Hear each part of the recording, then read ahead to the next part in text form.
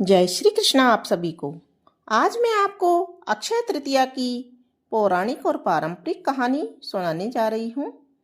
अक्षय तृतीया की कथा के अनुसार प्राचीन काल में एक धर्मदास नामक वैश्य था।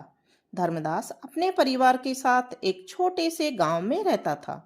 वह बहुत ही गरीब था। वह हमेशा अपने परिवार के भरण पोषण के लिए चिंतित रहता था। उसके परिवार में कई सदस्य थे।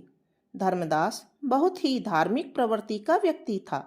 उसका सदाचार तथा देव एवं ब्राह्मणों के प्रति उसकी श्रद्धा अत्यधिक प्रसिद्ध थी।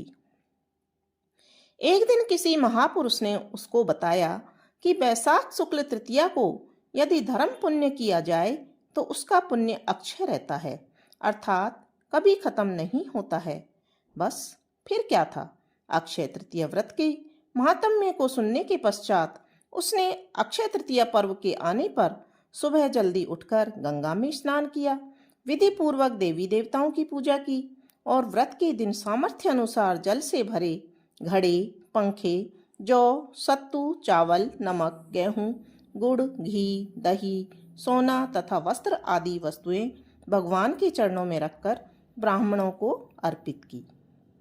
यह सब दान देखकर धर्मदास के परिवार वाले तथा उसकी पत्नी ने उसे रोकने की बहुत कोशिश की।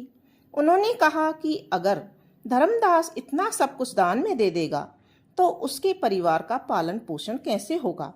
फिर भी धर्मदास अपने दान और पुण्य कर्म से विचलित नहीं हुआ और उसने ब्राह्मणों को कई प्रकार का दान दिया।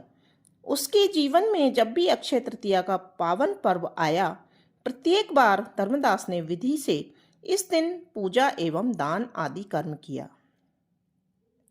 अनेक रोगों से ग्रस्त तथा वृद्ध होने के उपरांत भी उसने उपवास करके धर्म कर्म और दान पुण्य किया। यही वैश्य दूसरे अगले जन्म में कुशावती का राजा हुआ।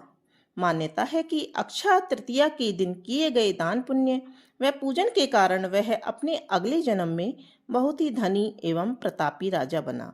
वह इतना अधिक धनी और प्रतापी राजा था कि त्रिदेवतक उसके दरबार में अक्षय तृतीया के दिन ब्राह्मण का वेश धारण करके उसके महायज्ञ में शामिल होते थे। अपनी श्रद्धा और भक्ति का उसे कभी भी घमंड नहीं हुआ। वह प्रतापी राजा महान एवं वैभवशाली होने के बावजूद भी धर्म मार्ग से कभी भी विचलित नहीं हुआ। माना जाता है कि यही राजा आगे के जन्मों में भारत के प्रसिद्ध सम्राट चंद्रगुप्त के रूप में पैदा हुए थे।